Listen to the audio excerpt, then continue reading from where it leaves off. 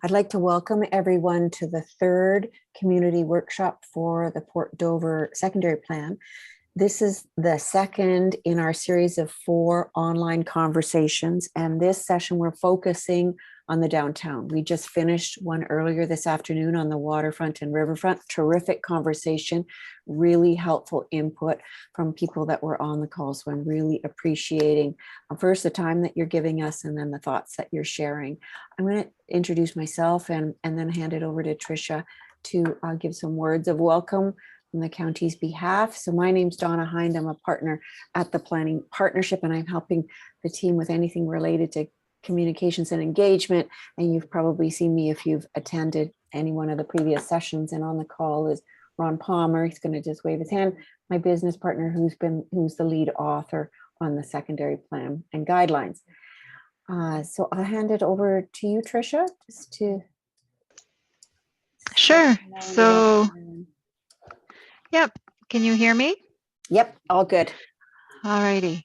So I just wanted to say welcome to everybody and thank you for joining us today. Today, this is our second session. We had a really good conversation this morning or earlier this afternoon. And then there's 2 more sessions later this week. So looking forward to another interesting presentation and hopefully some engaged conversation with the group. Tricia, do you want to just introduce the other people from the county? Oh, sure. So just looking here. So on the call, we have Jennifer Caterino, who's the senior planner and the prime lead for the project. And we have Fabian Serra, one of our planners, who's also providing some assistance on this project, as well as our growth plan study. And also we have Brandon Sloan, who's our general manager of community development here on the call today. Thanks, Tricia. So thanks, everyone. I'm going to get us started by giving a bit of a summary of the consultation that we've done to date on the secondary plan. We started, I think, right about when the pandemic was just unfolding. We were early 2020. Some of the things that we did initially was we had one-on-one conversations with counselors. Then we had a council presentation in August 2020. We've had 2 public workshops. We had one in June of 2020 when we shared some initial things we had learned from the team's inventory and analysis. Then we had a second public workshop in October of 2020. For those of you who were on the call, we were doing a drawing on the screen, exploring some options for downtown, the waterfront, new residential neighborhoods.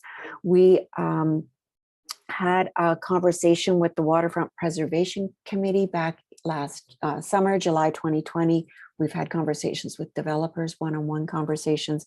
And then we've had 3 meetings so far with a really terrific working group that has been put together for the secondary plan. I'm going to hand it over to Ron now to walk through the downtown part of the secondary plan. Thanks, Ron.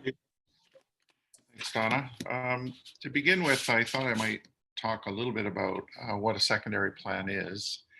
And a secondary plan in this context is quite a detailed land use and policy framework that will guide future growth and development in Port Dover very specifically. The secondary plan is a formal part of the Norfolk County official plan, but it will be the place where almost all of the policies that affect Port Dover will be found in one place. So what the plan includes is a vision statement and a series of principles that are intended to help implement that vision.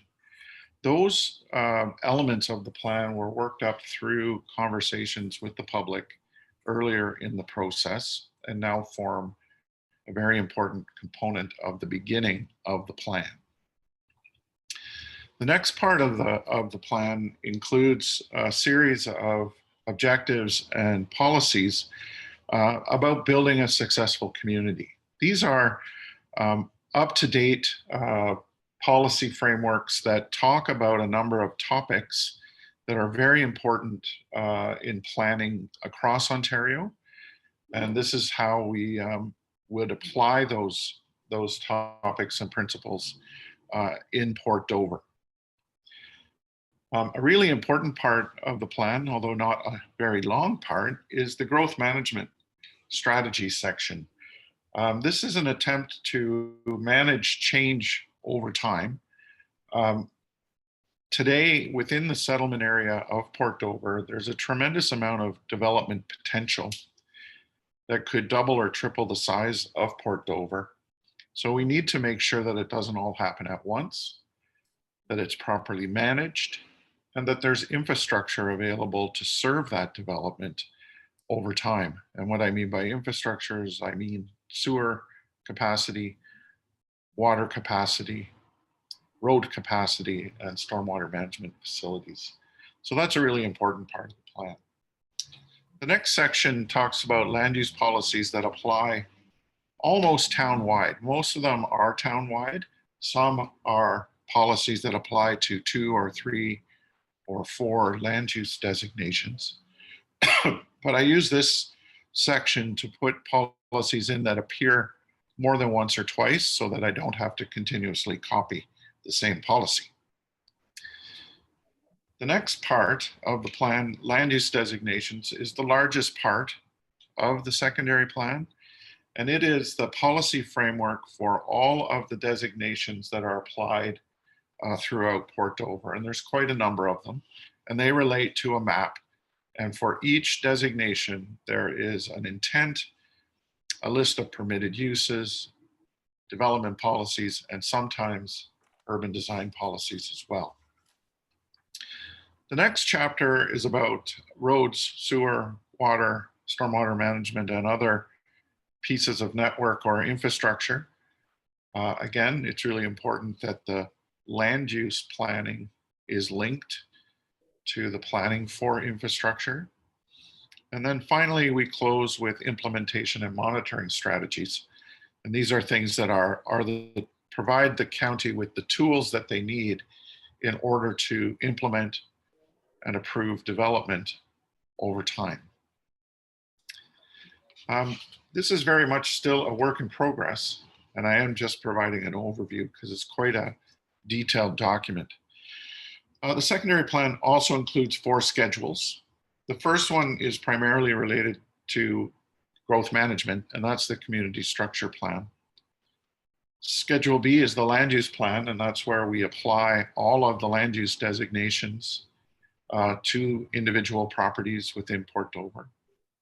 Schedule C talks about the road network, and Schedule D talks about active transportation. That's a phrase that talks about trails, bike lanes, and all things that are not vehicular about how people will get around Port Dover over time. In addition to that, there are 3 appendices. The first appendix is the design guidelines, and I'll talk about those in the presentation. Appendix 2 provides a map that shows all of the designated and listed heritage properties within Port Dover. And then finally, Appendix 3 is an urban forestry guideline that talks about types of trees, where they should go, how they should be planted, and so on. So this is the land use map. This is Schedule B, sorry. And this applies the land use designations across Port Dover.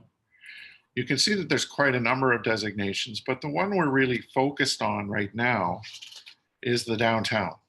And the downtown is the shape that is kind of the brick color that is on either side of Main Street. And it's linked to the urban waterfront. And together, those 2 parts of the town create the central focal point of the community. Next slide.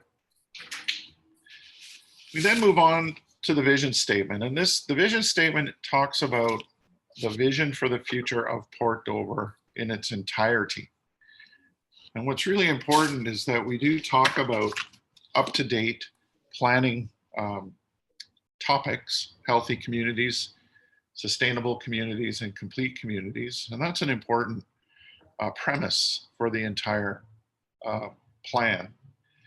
We talk about beautiful neighborhoods, network of green spaces, which are natural heritage features, trails, and parks, and also the nice, robust mixture of land uses that include residential development, but also retail and service commercial uses and restaurants, which are really important to the livability of Port Dover. The last part of the vision statement deals specifically with the downtown and the urban waterfront. And as I said, these two areas together are the heart and soul of Port Dover. When people come to Port Dover, this is where they want to be. This is why they're coming. And it's really important that we protect those, grow those, evolve them over time, and make them work with the surrounding more residential business districts and neighborhoods that are found within the community. Next slide. As I mentioned, the vision statement is supported by a number of principles. And the very first principle in the plan deals specifically with the downtown. It talks about the downtown being a destination for residents and for visitors. It talks about shopping, restaurants, culture, and entertainment. But it also talks about new development. And what's really important in this statement is that new development must be compatible with the character of the downtown. I'm going to talk a little bit about character, and specifically compatibility is a word you're going to see over and over again in this presentation and in the secondary plan itself. Next. So we begin our conversation about downtown Port Dover, recognizing it's the historic center of the community, and it's a gathering place for events and festivities at various times of the year. The downtown is fundamentally anchored by Main Street, and it has a beautiful built form with lots of commercial, institutional, some residential, some heritage buildings. Buildings tend to be of a variety of materials. There's not one consistent style or form of development. But ultimately, the streets are walkable, and they do connect to the urban waterfront area quite well. You also have Powell Park, which is a major focal point in the downtown and a wonderful resource in the community. Next slide. So looking a little closer at the downtown, we see that it is the primary activity center for the day-to-day business of Port Dover. It does include a wide range of uses, and it is pretty compact. It's an easily walkable downtown, and it does include a whole host of opportunities for living, shopping, eating, and just walking about the community. It's a lovely, tight, historic downtown. Next slide. So as I mentioned, one of the first parts of the designation discussion is about what are the permitted uses. This isn't a complete list, but it gives you the idea of what we're looking at here. We're hoping to continue the broad mixture of uses and permit them and hope that they grow over time as the rest of Port Dover grows. So we're looking for retail, service, commercial, and restaurants, community facilities and entertainment uses, office uses, institutional uses, the promotion of arts and culture, and of course the supporting residential community that is both in apartments above retail stores, as well as single detached houses that have partially been converted into commercial businesses. So following permitted uses, we get into the list of development policies, and there is quite a host of them. First of all, we try to encourage development and redevelopment.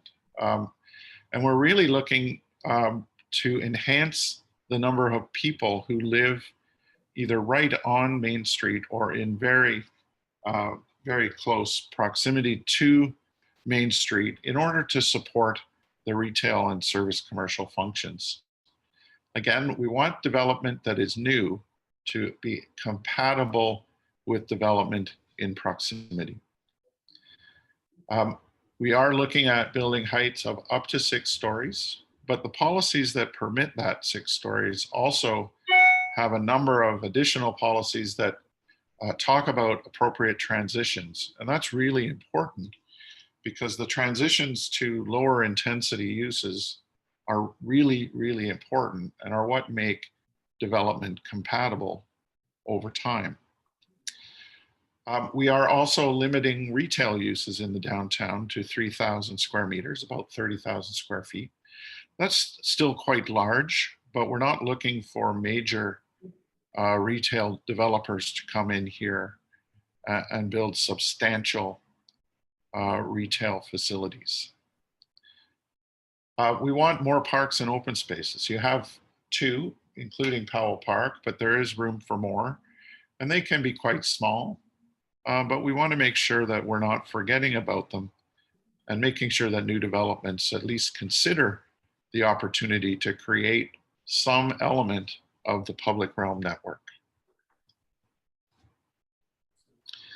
It's really important that Port Dover's downtown is connected to the active transportation system. On the left is the broader system in Port Dover, and on the right is the focus on the downtown. And what you'll see is that really downtown Port Dover is the hub of active transportation in the whole community. There are a host of bicycle trails. There is the waterfront trail, which is really important, and a host of other planned and existing facilities, all aimed at creating a walkable, bikeable, beautiful downtown that is connected to the waterfront and to the adjacent residential communities. Next slide. Keeping on with the development policies, we are looking for buildings to be oriented at a pedestrian scale. Main Street has a wonderful street wall that we're looking to maintain and build upon. We want to make sure that new development deals appropriately with issues related to access, parking, and loading. And we're thinking that we would like to encourage the establishment of a Port Dover business improvement area. Along with that, ongoing public investment and enhancement in the downtown would be pursued by the county in cooperation with the BIA, public and private interests, as well as the broader community.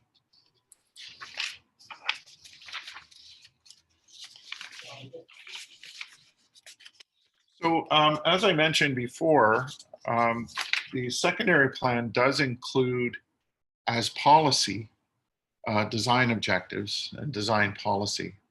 What's really important is that when it's part of the actual secondary plan and considered policy, the test for implementing is that you must conform. It's a requirement. So these policies are very strict and rigid and are required for new development. And I'll get into the difference between policy and guideline when I get to the design guidelines section.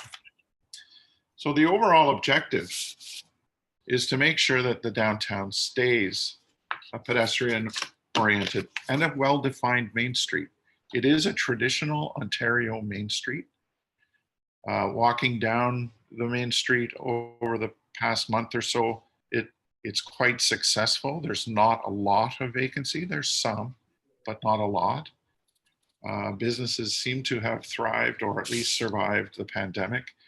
And the goal is to make it better. We note that the downtown is primarily a 2-story commercial facade. Some of them are 3, some are 3+. There is a historic character. It's not everywhere, but there is an overarching character that is historic.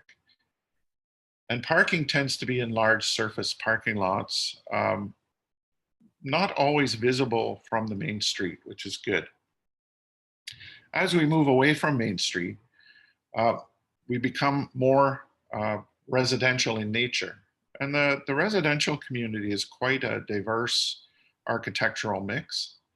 It includes different sizes of houses, different styles, different ages. One thing that really stands out is the mature tree canopy that is in and around the downtown. And there is some infiltration of home-based businesses and conversions to non-residential uses, but it's not extremely widespread. It's really just part of the transition from the downtown to the adjacent residential neighborhood. Next slide. So we'd be looking in the downtown for new buildings to continue to create the frame of the street edge and create that great street wall that you have. We want buildings to front on the streets. We want a safe and attractive pedestrian environment. Again, I talked about this earlier this afternoon about transparent ground floor facades, which is really so that people walking by can look in and see some activity, retail, restaurant, service, commercial. We want buildings to be close together and occupy the width of their frontage, particularly along Main Street. And again, active use is at grade, and that's a focus on Main Street. That goes with the transparent part. Design policies further, we want to look for opportunities to make the Main Street sidewalk wider. It's a little tight in some locations and it could be enhanced through new development or looking at opportunities in the road right of way. We don't want new vehicular access points to parking lots directly from Main Street. So we'd be looking for them to be off adjacent streets. We don't want to be seeing a lot of surface parking from Main Street. Although we do recognize that in some locations that is clearly a part of the original design. Particularly at the ends of the Main Street where we have different build forms and different building parking relationships. Where we have those, we would look for opportunities to use them for something a little more attractive and active as we walk through the downtown. Next slide.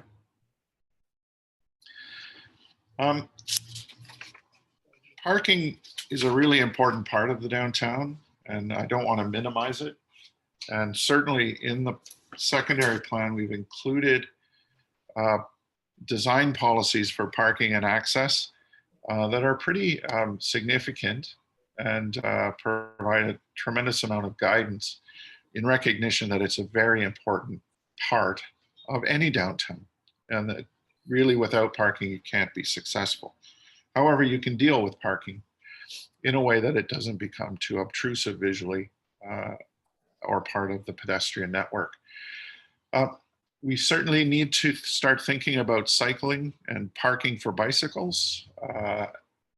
As we promote active transportation, this is a primary destination for that system, and cyclists will want to have convenient places to park throughout the downtown in order to make it a great destination along the routes.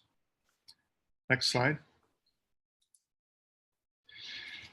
Within the downtown, just like on the urban waterfront, we have one site-specific policy area, and that has been recognized in the secondary plan, and it's identified as Bucks Orchard Beach Park site. And on the map, it's shown on the map outlined in red. It's quite a steep slope. Certainly, it has existing lodging uses on it in a number of cottages. And at this point, we are promoting the range of uses that are permitted in the downtown designation, as well as residential uses in accordance with the adjacent existing residential neighborhood designation. Again, we're looking for any new development to be compatible with adjacent uses. There may be here, in particular, a need for special building designs to ensure and enhance that compatibility. Access is complicated here because of the slope, so we need to make sure that is dealt with, particularly for emergency services. And parking is always a concern here. What's important here as well is that the water's edge element of the Buck property is identified as hazard land, subject to flooding and partially the slopes. So certainly part of the site is not particularly developable given those constraints. Next slide. So I'm going to do a couple of slides on the design guidelines. And you may recall before when I was talking about policy, those are requirements. The test is conformity with those policies. Here, guidelines, which are attached as an appendix to the secondary plan, are inherently more flexible. And the test here is to be consistent with the guidelines. So it's not a stringent requirement.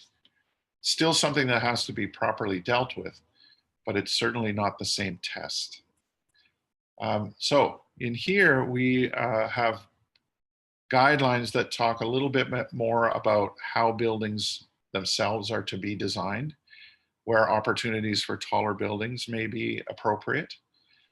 We do talk about color and materials and architectural details and decorative elements, and all of those building design features that are appropriately considered in a guideline document. Next slide. We also have some additional ones about mechanical equipment, and importantly, about signage and awnings.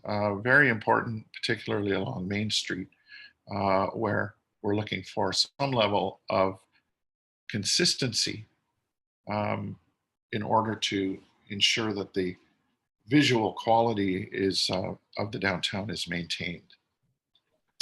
Next slide. Don. So in terms of next steps after our series of meetings this week, we're looking to set a deadline of the end of July to get all of the comments on the documents from whoever, staff, members of the public, business owners, whoever. Then we will have a fourth meeting with our community working group. We've set aside time on July the 21st.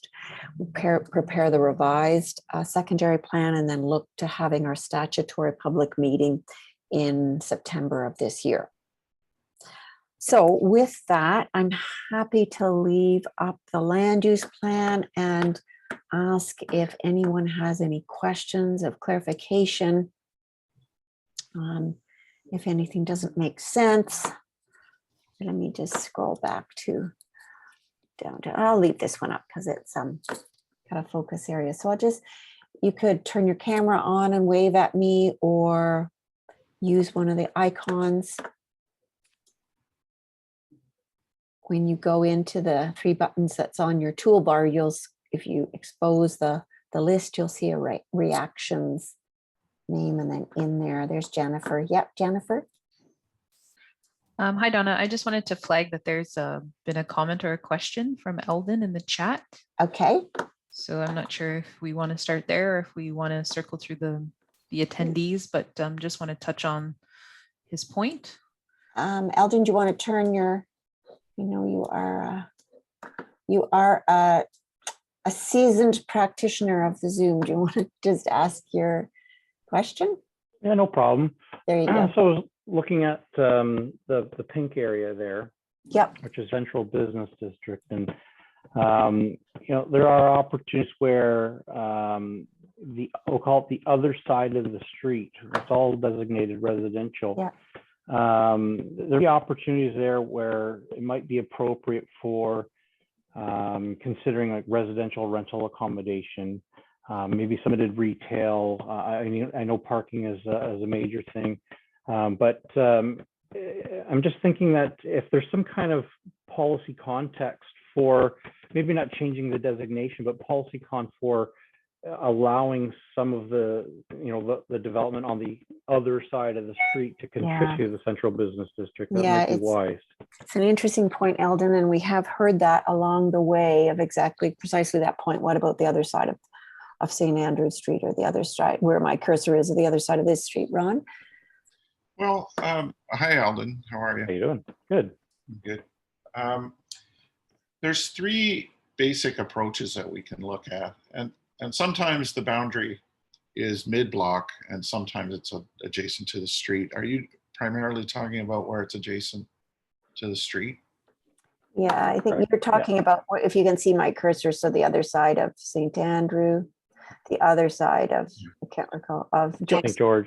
We've been tossing this around in our minds since the beginning of the project about growing the downtown, keeping in mind that Port Dover is going to grow. There's a couple of ways we can do it. We can look at expanding the designation of the downtown. And I did go to Port Dover, as I mentioned a few weeks ago, and it's pretty solidly residential. So I'm a little bit concerned that without engaging those property owners specifically, turning them into the downtown might be considered problematic. So that's one way to do it. Another way to do it is, and I've done this before in other municipalities, where I've established kind of a downtown transition designation, where we recognize the existing residential character, but have additional permissions for things like short-term accommodations, home-based businesses, and those kinds of things. And then the third approach, which is what I've been trying to do here, is really add the flexibility for home-based businesses, short-term accommodations in the existing residential neighborhood designation. I may not have gone far enough, but we're continuing to have this conversation, and we haven't landed on exactly what we would like to do. But my fundamental concern is I'm very nervous about enhancing the scale of the downtown without specifically talking to the landowners that would be most affected. That doesn't mean it's not a good idea. We know that there'll be more pressure on the downtown over time as growth continues outward. So it's not a very good answer for you, because I don't know exactly what I want to do yet. But certainly we're thinking about it. Okay. And we'll have the conversation with staff and see what works. Okay. Helene, I know you had your hand up first, and then I'll go to Cindy. So go ahead. And I know you can just mention what you've written in the chat box. Yep, go ahead. We can hear you. Yep, you're good. Okay, great. Sorry, my bandwidth is not great right now. No, you're good. Just as a follow-up to Eldon's comment or Eldon's question in regards to that, I mean, full transparency, I am one of the landowners in that particular stretch on St. George Street. Okay. But I think the big thing that that for us is, from our perspective, being there, is that the main parking lot for all of downtown Port Dover is only accessible from that exact stretch of road. So regardless of whether or not there is sort of the residential designation on that opposite side of the street, the reality is that there is a significant amount of commercial traffic, both vehicular and pedestrian, already going up and down that stretch of road on a daily basis. So while I understand sort of in theory, yes, there's sort of a question around whether it should be converted or not. But the simple reality is all of the traffic considerations, all of the downsides of it being designated commercial are almost already existent. Right. Whereas there is no opportunity for the positives Right. of having that commercial designation to take place. So Okay. that's just one of the key things that I think needs to be considered when thinking specifically about that particular stretch. Right. One right. side commercial, one side not. So people are going into this parking lot, right, that I've highlighted in fat yellow, right. right where my arrow is. Yeah. And Okay. it's also Okay. trucks, delivery trucks for a lot of the properties Sure. on Main Street choose Okay. to go down that street So- rather than Main Street as well. Is this Aline? Yeah, it is. Yeah. So with all that stated, are you in favor of the expansion of the downtown to cover both sides of the street? To me, it makes sense. Okay, that's fair. Okay. Thanks, Helen. Thank you. Then I'll go to Cindy, and then I see Tim, you've got your hand up. So Cindy, go ahead. Hi, thank you. I'm not sure if this fits in there, but currently there's 47 Airbnbs in Port Dover. Some of them in that area there, but most of them in the residential areas. Recently I was at my relative's house on the weekend, and the Airbnbers were partying till 2 a.m. Nobody could sleep. And is there ever going to be some sort of rules to the Airbnb in Port Yeah. Dover, especially in the residential? You know, I sell these properties to people so that they can have a quiet getaway, and that's Yeah. just non-existent now. Ron, is that a municipal? Is that a Well, county? absolutely. Yeah. This is a topic that many municipalities have been grappling with. Yeah. And it's going to become an even more prominent conversation, because in the existing residential designation, we are now required to permit additional residential units. And keeping in mind that the municipality has no ability to control who lives in an additional residential unit, or if it's rental, or if it's ownership, or whatever. Really, the way to do it with the short-term accommodation is to establish a licensing program. And that's really something the municipality would have to think about in terms of how to balance the opportunity for a short-term accommodation.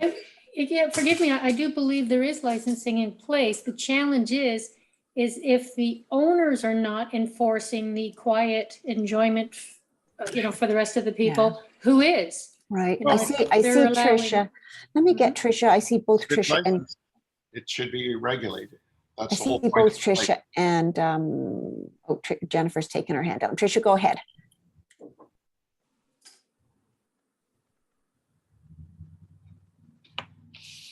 Oh, can't hear you yet, Tricia. Extra button I There keep you go. hitting. Sorry There you about that. go. There you go. So speaking to the issue of short-term rentals, so we have started a separate exercise where this is a component of the review in relation to accessory dwelling units, and then a component of that is the short-term rental. So that is a process that we've recently started, and there will be opportunity for the community to input to over the coming months. So it's separate from the Port Dover secondary plan, a separate study and exercise that both Jennifer and Fabian will be taking forward. So you'll see separate communications for that for people who want to give input into that, and so that is coming. Okay. Okay. Thanks, Tricia. Thank you. Anything else from your perspective, Cindy? No, I mean, not at Okay. this point, if this isn't the right venue. Okay. Thank you. Cindy. Okay, then Tim, you're up next. How's it going? Good. I had a question in regards to the urban waterfront usage and the plans in the secondary plan here. In some of like the content that you've put out currently, it references to like kind of a mixed use on Harbor Street, mixed between cars and pedestrians. Yeah. I just wanted to get your input on like if that's a final plan or if there's been consideration on making that pedestrianized only. And Yeah. if not, why? Yeah, I know that it's a good point, Tim. And you know, we've had a couple of emails this particularly to that point, people suggesting it be converted to a pedestrian only a street. Ron. I feel like that was me. Okay, okay. Ron. Absolutely don't need a secondary plan to do that. Right, yeah. Okay. That's Yeah, just you- the decision that council can make. So in regards to advancing that idea, what would be the correct forum to go ahead with that? Because they directed me here. Okay, so Tricia or Jennifer, because Ron is right. You don't need policy to permit that to happen. And we're seeing that Yeah, in because big, small towns all over the Yeah. last 16 months. People are taking. any progressive town and Yeah. council was on this idea 5 to 10 years ago. I mean, some places such as Copenhagen were on it 60 years ago. But even I'm just saying the last. I'm going to say something about pedestrianizing commercial streets. It's death to retail. Absolutely not. That's completely false. Well, really. Okay, so, but Yeah. Tim, if you're Go to talking Bank about, Street- go to Bank Street in Ottawa, go to Stephen Street in Calgary. so, but It if. doesn't work. Go to any downtown core in Europe. Is Yeah. Europe? We're not in Europe, Tim. So- I apologize for that, but we're not. It does not work here very well. It absolutely works on a temporary basis. Yeah, I was going to Or say. for festivals and events, absolutely that works just fine. Or maybe for a couple of summer weekends. So there's so many variations along the spectrum of closing it down full time, 365 days a year, to closing it down for a few summer weekends. But I know Tricia, you've got your camera on. Do you want to weigh in on this? Sure, I can speak briefly to this. So this was something that staff had looked at, especially with our temporary patios, and it is something that staff collectively have been looking at and examining separate from this process. So we've taken note that there's interest here, and yeah, it is something that can be done. It doesn't need the secondary plan. There could be language theoretically that would open the door for it, or open up the policy for it. But staff have been exploring those things, in particular also to help support businesses right now as they're sort of getting back online. But that's really all I can share at this point. There has been discussion at the staff level. Yeah. I don't know if there's any other staff on the line that can feed into that, but that's where we're at right now. Okay, thanks, Tricia. You know, Tim, just to follow up on some of Ron's comments, what some of the challenges we see in Ontario is, one, you have to have a strong population base to support pedestrian focused places. Two is that usually the demand for those places, it's concentrated into summer months or weekends in those summer months, or sunny days on those weekends in those summer months. So you want to set it up so that it can be flexible. Yeah, I mean, and accommodate to those arguably different- that is Port Dover already, right? It's, if you go downtown today, it's empty. Right. If you go downtown on a Saturday afternoon where it's 25 degrees or 30 degrees and sunny, it's absolutely packed. Right. I mean, our town is already weather dependent. Right. So So- why not maximize the pedestrianization and the walkability on those days that it's going to be Right. sunny already? Because we can't control the weather, but unfortunately the weather does control Port Dover's economy, and that's not going to change. Yeah. So the point I was making, Tim, is that maybe you want to design the street so that it's flexible, so that it can accommodate cars, regular two-way traffic and parking and all that stuff. But on those few days where it's really beautiful and there's lots of people, you can convert it into a pedestrian focused or pedestrian only place. So Right. a lot of our designs now try to provide for flexibility. So Yep, it fair doesn't enough. have to be one or the other. Fair enough. Okay, thanks for that, Tim. No problem. What else? Anybody else have any other comments or questions in the downtown? Okay, I'm not Hi, it's MJ speaking. I don't have a camera. Okay, go ahead and ask your question. I haven't heard any talk of any consideration with regard to disability and that kind of thing. And that's very concerning to me, and especially like the walk street. And I think it would be a good thing for disability and a bad thing, as well as parking, a good thing and a bad thing. So has Okay. that been addressed? Yeah, so maybe I'll just get Ron to turn his camera back on. Everything we do is guided by legislation that requires all the planning to be done. Well, you talk about it, Ron. You're better at describing it. Well, all new development, including municipal projects, have to comply with the Accessibility for Ontarians with Disabilities Act. It's simply a requirement. So it has to be considered and dealt with properly. Okay, that's a given, but the mat on the beach is not a disability act, right, basically. It's something that Port Dover's done. So what is the Port Dover downtown designation going to do specially over and above to consider that we have such a huge number of retired individuals? I'll leave it at that. I'm not sure. Things, MJ, like the mat on the beach, again, to Ron's point earlier, we don't need the secondary plan to enable the municipality to provide those kinds of abilities. But in terms of going over and above to accommodate a seniors population, Ron, is there? The seniors population is so diverse. Yeah. There's all kinds of abilities. And the goal is to capture what is appropriate for Port Dover. And the Port Dover folks will, if there's something special needed, they'll do it. It's only good business to do that.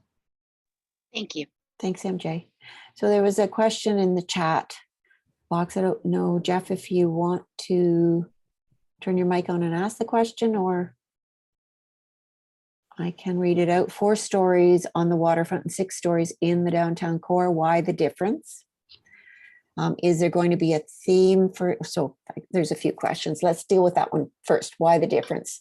4 stories on the waterfront, 6 stories downtown. Ron? They're different places and they require different responses in terms of build form. And when you actually read the policy, 6 stories is a maximum. It doesn't mean that it will be achieved on every site. The context for the urban waterfront is a different context. It doesn't have the same adjacencies to the stable existing neighborhoods in all locations. So it's just a different context. I see, Jeff, you've got your mic unmuted. Do you want to pick up the other questions in your? Sure. Oh, sorry, it's not Jeff. Okay. Jeff's wife, Heather. Okay, yeah, Heather, go ahead.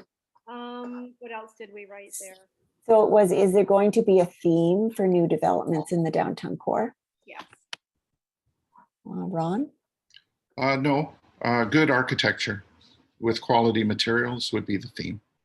And then looking at the map that you had on the screen earlier, Yeah.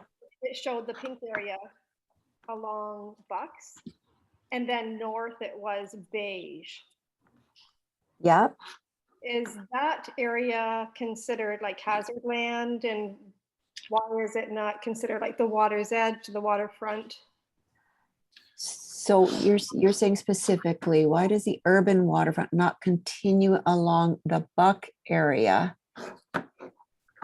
Oh, so why doesn't, I'm still sharing my screen, I believe. So I believe you're asking, why doesn't this blue go north into the pink of the Buck area? Is that what you're asking, Yes. Heather? Okay, can you see that right? So why Yeah, is this not blue?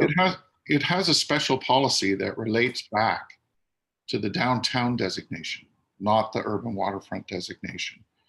It has a special policy that is specific to the Buck property. So we're carrying forward the existing special policy. The hazard land is the vertical hatch that covers part of the Buck property and goes all the way along the entire Lake Erie shoreline. And that pretty much obviates most redevelopment opportunity. Yeah, Okay, Heather. I came Yep. in late, so I just needed some explanation. Okay, okay, thanks, Heather. Anything else from anyone? I'm not seeing anything else in the chat. Not seeing anybody else's hand go up.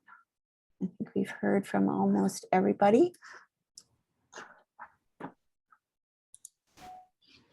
I would like to thank everybody for carving out a bit of time this afternoon and listening to the presentation.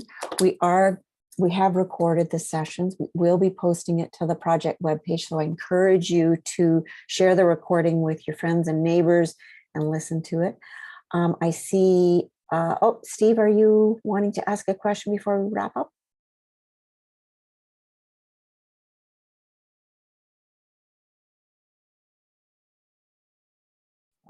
Are There you those go. maps available and can we get a copy of those maps? Yeah, the secondary plan and the design guidelines have been posted on the project webpage. So just Google secondary plan and you'll get directed. Okay, to the secondary webpage. plan Port Dover. Yeah, Port Dover secondary plan. Yep, Okay, thank you. Tricia, you've got your camera on to say thanks to everyone. Yep, I was just going to paste the link. So I just pasted the link there for everybody for the Port Dover secondary plan. So it's in the comment section there. So yeah, thanks to everybody for joining us this afternoon. We have a smaller group this afternoon than we did earlier today, but hopefully through posting this online, we can get some additional feedback. There's 2 more sessions later this week, so we look forward to you joining us again, and we look forward to your ongoing input to this project. Okay, thank you very much. I'm going to stop the recording.